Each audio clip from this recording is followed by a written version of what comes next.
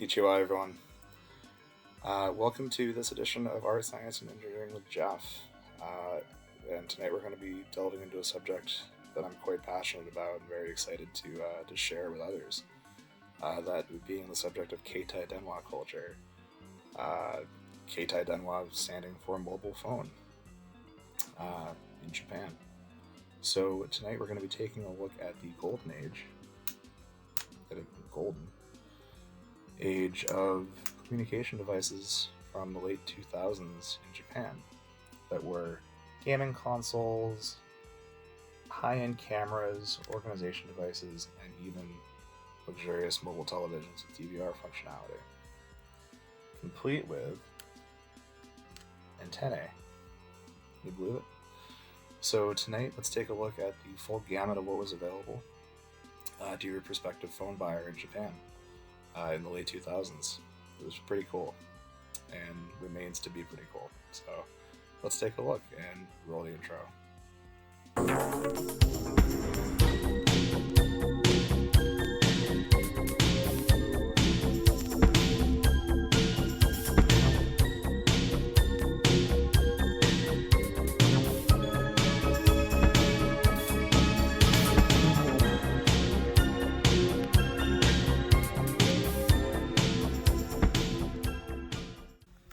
Wasn't that a fun intro? I really enjoyed making that. I hope it's not too long. So let's take a look at some of the cutting edge technologies that Japan embraced with the shift over to 3G mobile broadband in around 2006 to 2007. It really encompasses some pretty cool stuff. Mainly like email capability, configurable databases, phone and address books that were backed up, live video feeds, camera phone features, image enhancement options like borders and animations, and Chakumoji, instant messengers, online video viewing, portable music and video players, video calling, GPS navigation. My personal favorite, One-Seg or Wansegu television, which I actually have some programs recorded for. Video on demand content, pedometers, touchpad systems, and mobile wireless LAN services. So Keitai culture became more than just technology. It was a way of life for young Japanese people in particular. The enthusiastic intercommunication within Keitai culture allowed Japanese youth to have something uniquely their own. Take, for example, this beautiful NEC model designed by a small company called Amadana, complete with a leather texture on the front, this beautiful segmented display, spot for, of course, a phone strap, like every Japanese phone, and this incredible hairpin style hinge mechanism with antenna built in, also including the television antenna.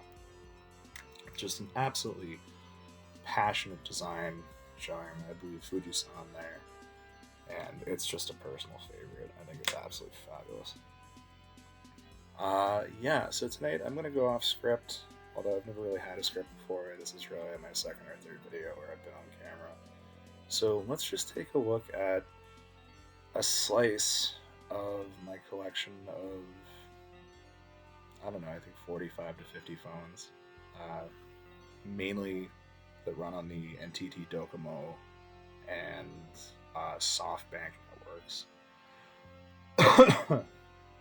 So, without further ado, I'm going to start with sort of lower end model here, the Panasonic 002P. This one was offered by SoftBank. I don't have too much information about it. It has dedicated keys for things like widgets, Yahoo Mail. I believe there's a dedicated TV key here for Japanese terrestrial TV, and it's really kind of like your, introductory,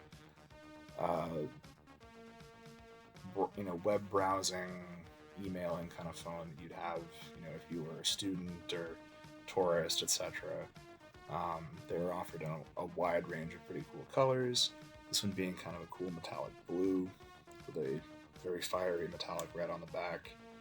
And it's really eye candy. It's pretty cool. Speaking of eye candy, I have this beautiful pink SoftBank model as well that I believe came from the Pantone line.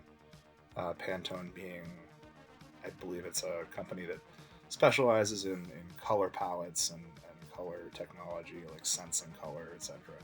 But anyway, this was part of the Pantone line. Unfortunately, I don't have it charged up, but it's interface-wise, it's really not the most exciting phone.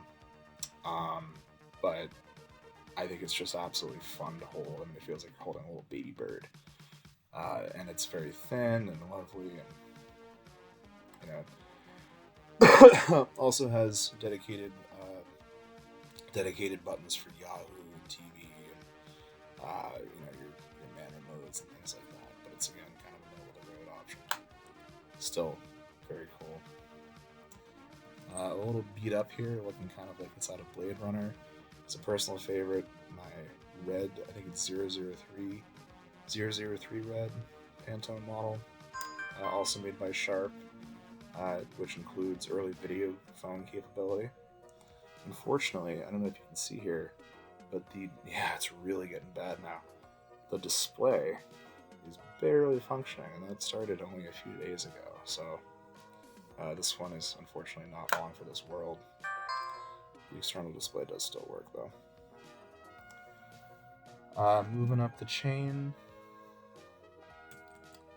we have kind of an interesting offering here. It's called a Raku phone.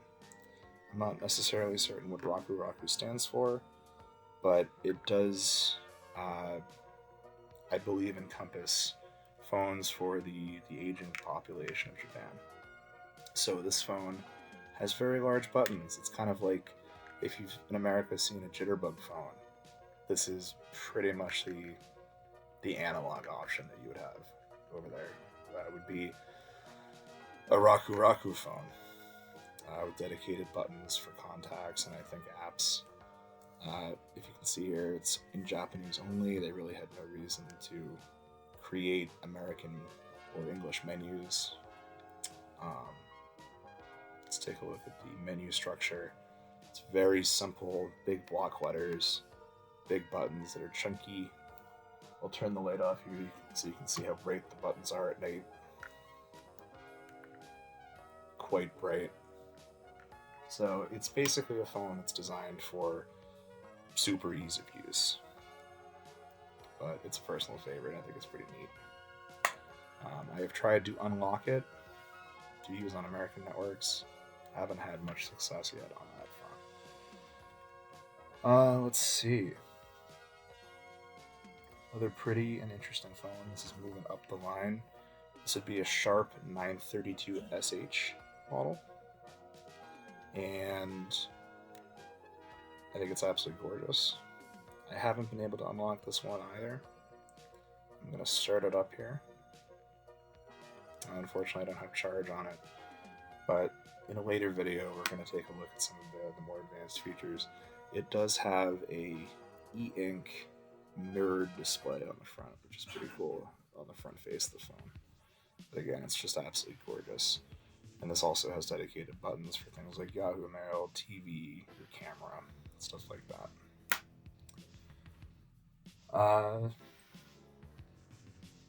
An example of Keitai Denwa culture can't be forgotten here with the Nikola, F205 phone with a little magic button on the side that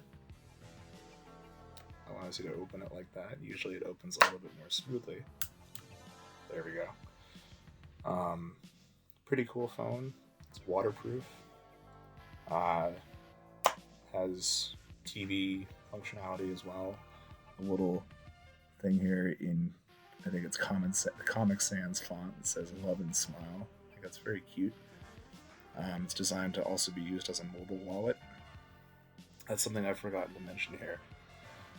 The vast majority of these phones are all mobile wallets. You can use them to pay for train tickets, buy things from vending machines, really anything you would use something like Apple Pay for. I think it's called Felica. That was available pretty early on. Let's take a look at another cool option here. This is a personal favorite. This is the NEC N705i. Just rolls off the tongue, doesn't it? I think it's just gorgeous. I mean, look at this thing. It's got these beautiful alternating LEDs, a little panel here with a leather texture. It was designed by a company called Amadana. A-M-A-D-A-N-A. It's just, I think it just oozes cool. It's got this neat little antenna on the back here. I think it's kind of reminiscent of a Japanese hair clip. It just looks like something out of Star Wars, if they had phones. We have Fuji-san here. If I can get the weight balance to come up correctly. There we go, Fuji-san. And that alternates as you open and close the phone. Probably won't do it now. Well, sometimes it does. Sometimes you have cute little birds that show up. Well, not at the moment. But still, it's just an absolutely gorgeous piece of technology, and I'm going to come back to this phone in a little bit. We're going to take a look at some of the features that it offers. This one actually has ring. Actually, let's take a look right now. If we go through the menu structure, if I can get this white balance to come through here.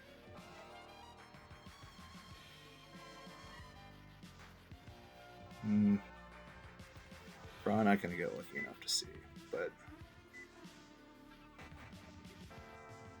let's see here.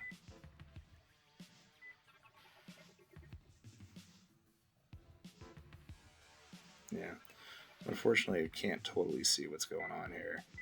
I'll try to show it on the side there. Let's just play some music that's on the phone from the factory. It was actually written for the phone.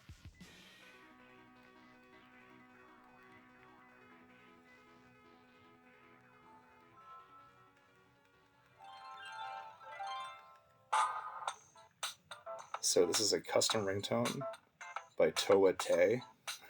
But again, just oozes cool. It's this very acid jazz kind of tune. Let's take a look. Let's just take a listen to this. Keitai, the N705i jam.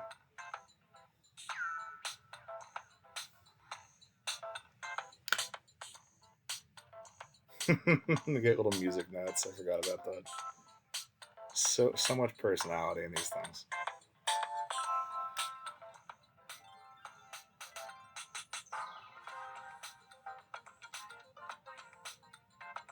So cool.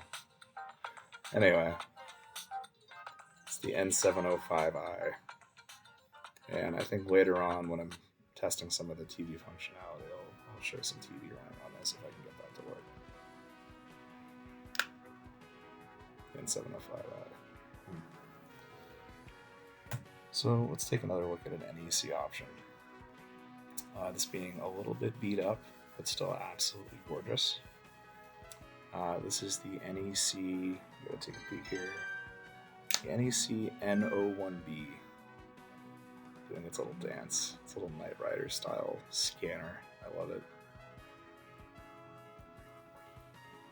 So this phone, again, just I think oozes cool. Look how thin this thing is.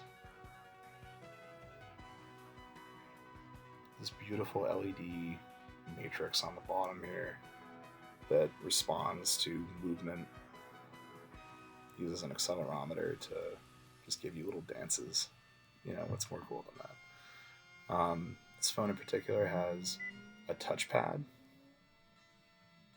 So you can see here, you have a little trackpad that allows you to move the cursor around. Comes with a motivational sheep. It walks around on your screen, does little dances for you. And what is it saying now? Life is a test. Just do your best. I don't know if we can see it. Unfortunately, we can't. But it's just so cool. I love it. And we'll also be taking a look at some TV recordings on this phone as well.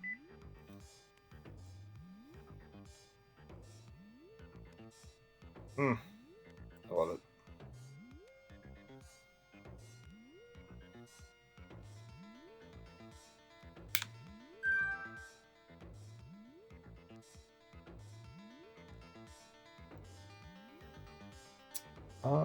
Let's go a little bit upmarket.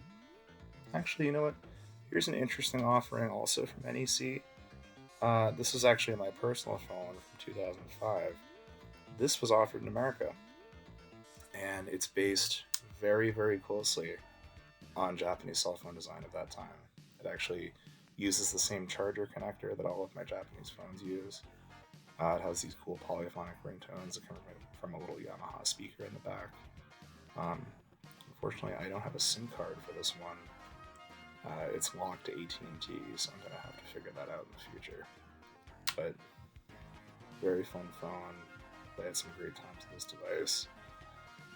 And it felt like it was absolutely from outer space when I was a kid. So yeah, let's go a little bit upmarket and take a look at some options here one option here from SoftBank. This is the 932SH. I don't have it charged at the moment, but I'm going to charge it up for later in the video.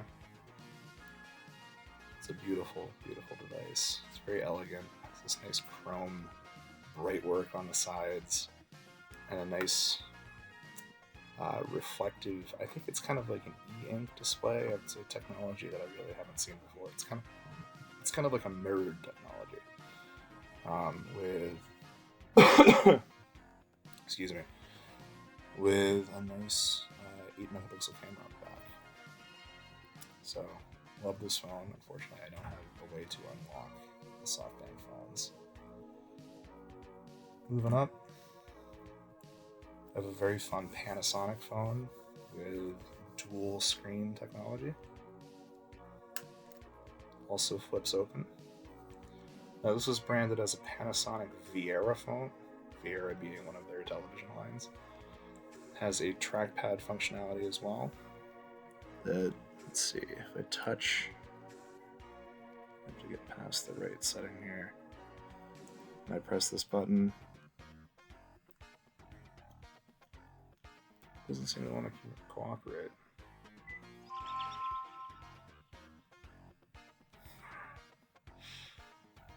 Working with dogs, children, and Japanese cell phones.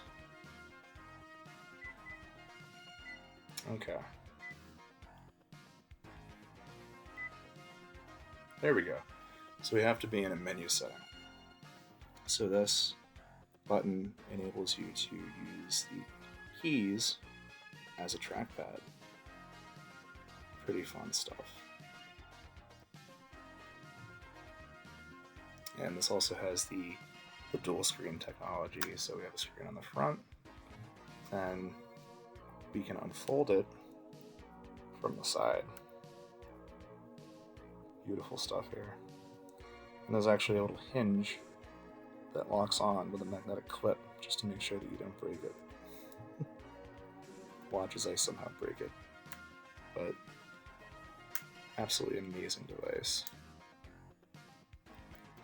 So, very cool stuff. This also is designed for terrestrial mobile TV, which we're going to be taking a look at very soon with a Sharp phone. This has a nice little antenna that pops out that I just absolutely love. So, you know, let's just go whole hog. Let's take a look at, well, yeah. Let's take a look at an Android smartphone offering from Sharp.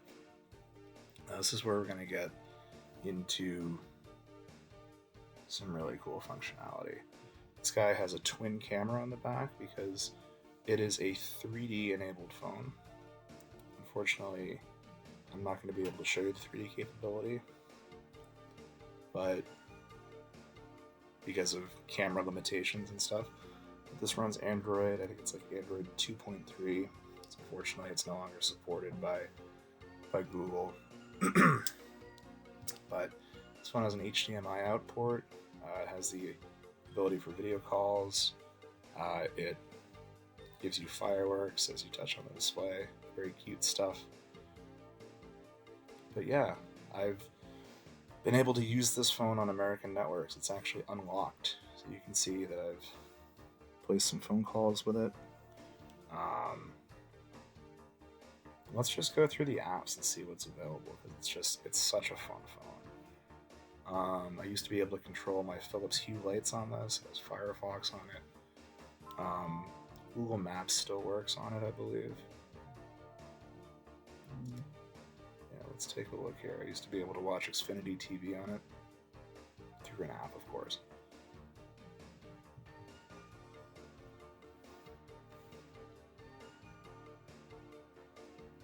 If you flip it sideways, it's going to give you a different...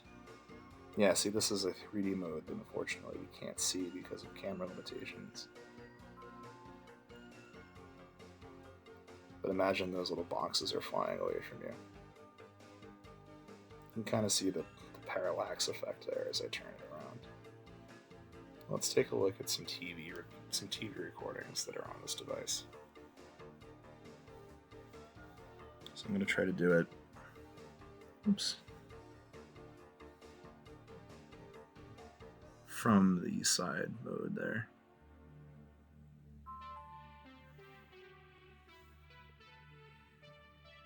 So I have some Shin-chan recorded on here.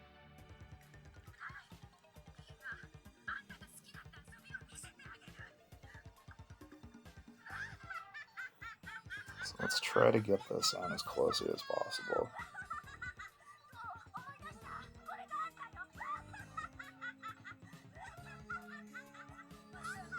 Turn it up a little bit.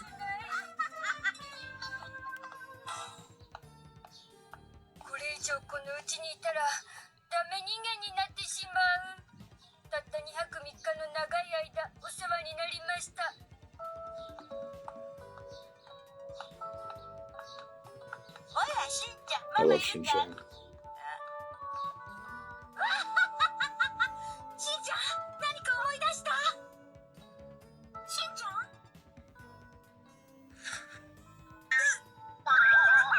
Now if you set the phone vertically, you can see that there is text and information that's part of the broadcast that gets recorded. This was, of course, recorded in 2008 by a previous owner of the phone. We can scroll and take a look at different information that's being cast to the phone.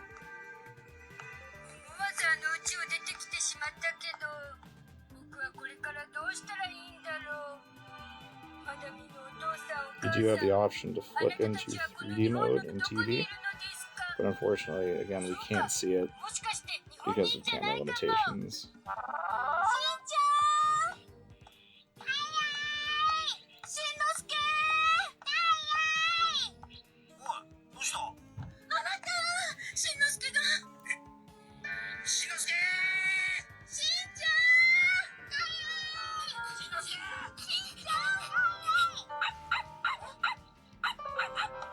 Pretty good quality for over the air.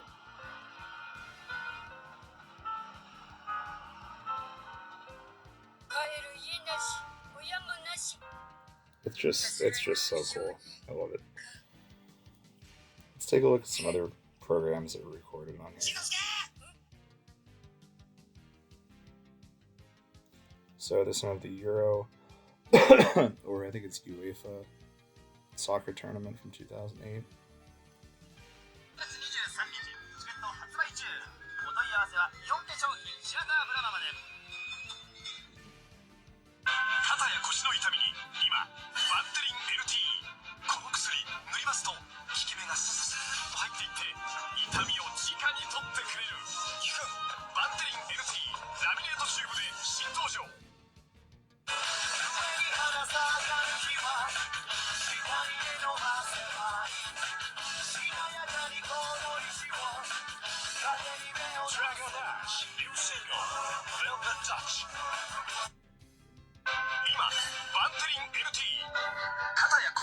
Let's advance a little bit here.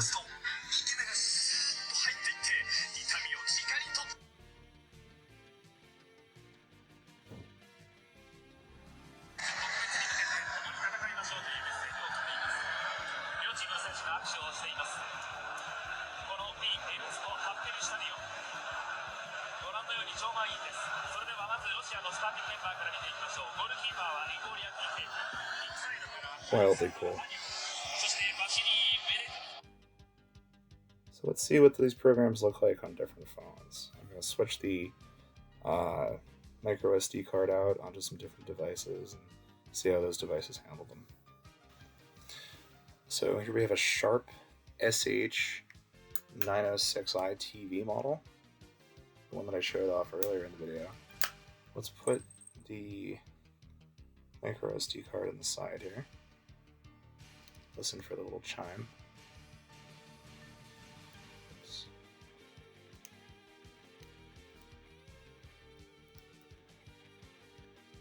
Oh, it's on manner mode, so we're not going to hear any chime. Cover back on there because it's fallen off. Let's take a look at some recordings on here.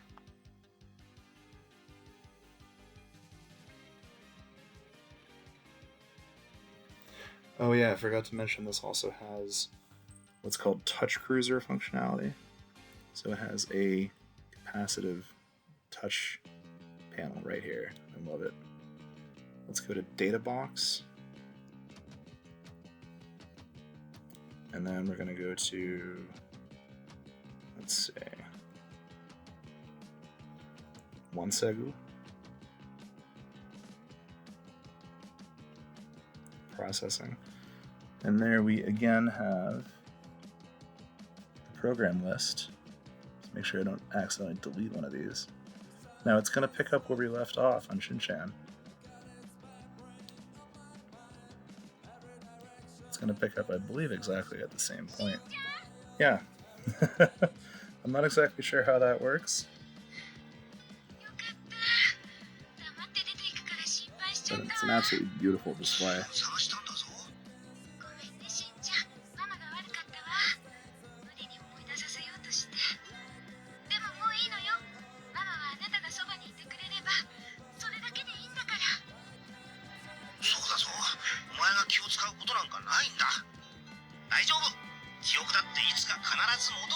And I believe you can set the screen so that it sets vertically on a table like this and just watch it. Of course, the antenna comes out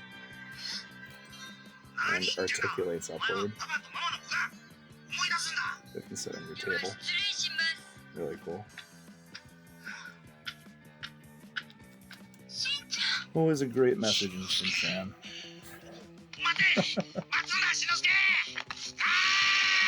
Let's take a look at some other phones.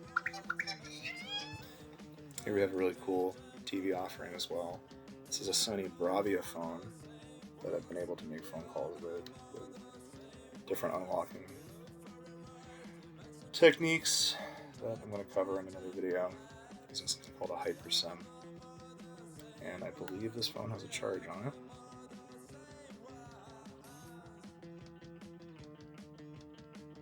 Yep, there we go. Has some pretty cool features like this LED scanner thing that's going to come up here in a second and brighten up. Here we go. Isn't that pretty? Uh-oh. So our battery's pretty low. If you see here, there's a little party trick.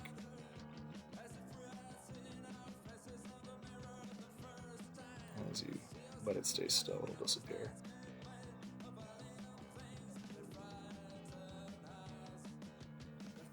Cool stuff.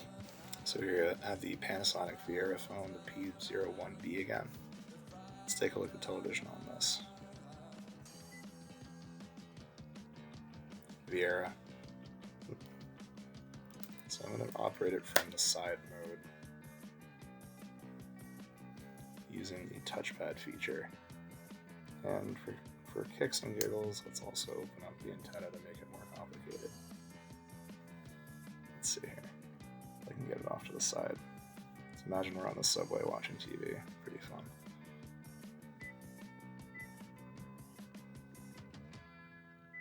Clock is not set.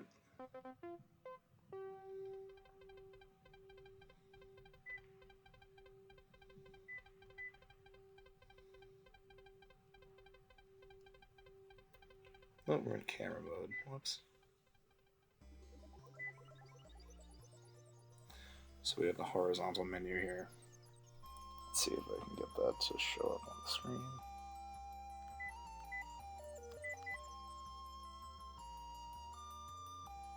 Yeah, I'm having a dismal time with the laptop camera. I'm gonna pull up the 1seg programming.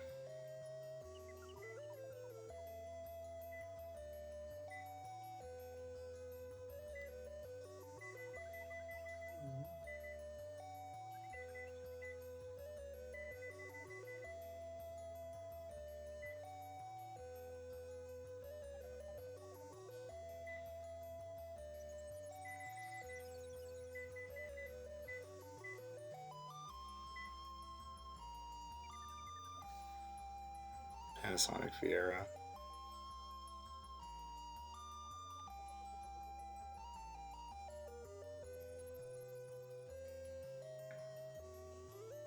Can't seem to figure out how to do it in the sideways mode, so let's open it up.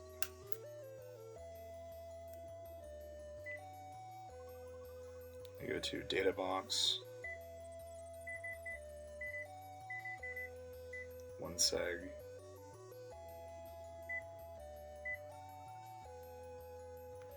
There we have the program list again.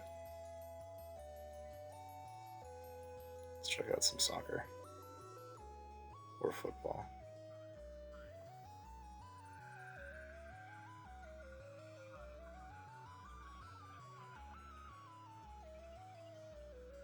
See if we can turn up the volume.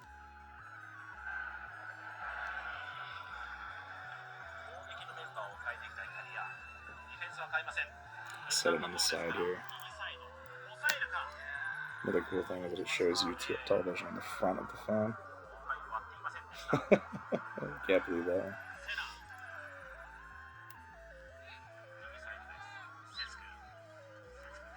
I wonder if I can use the trackpad to advance it. I can. That's pretty cool.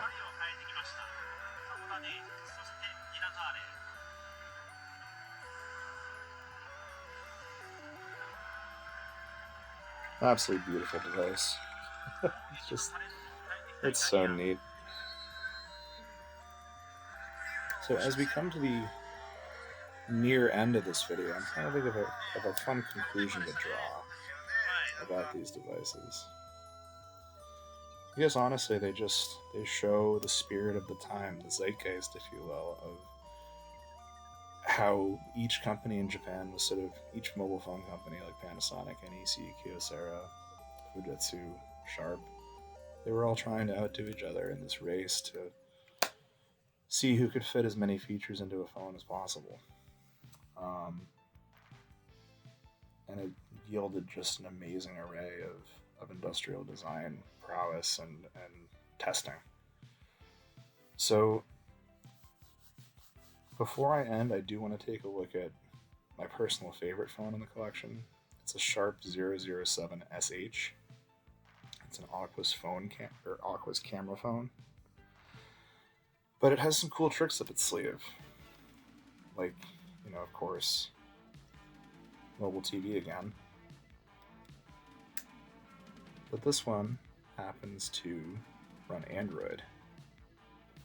And it's not only a flip phone, but a vertical Android phone. So let's let it load here, and I'll show you some cool functionality once it's done loading. So as we come to a close on this video, and I want to show you the real creme de la creme of my collection as we wrap up here, I just want to bid you arigatou gozaimasu, Keitai enthusiasts. As we bid farewell to these iconic gadgets, let's take a moment to appreciate the impact they've had on our lives.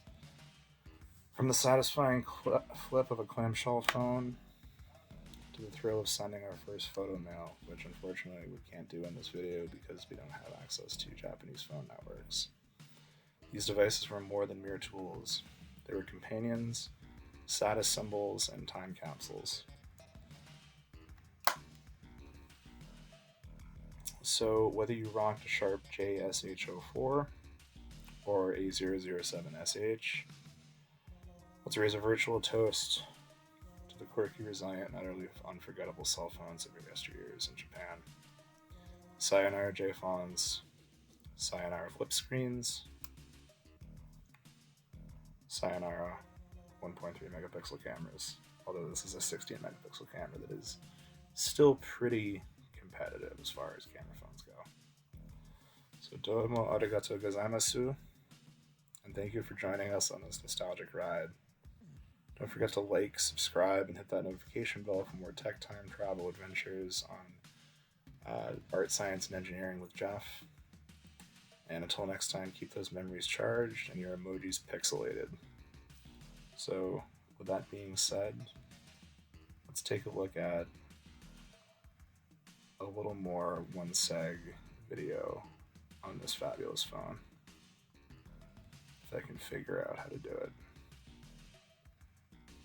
I was able to figure it out. I had to go into a separate 3D menu called the 3D Osume. And this seems to be the best qualities thus far. More Shinchan. So, on that note, have a good night.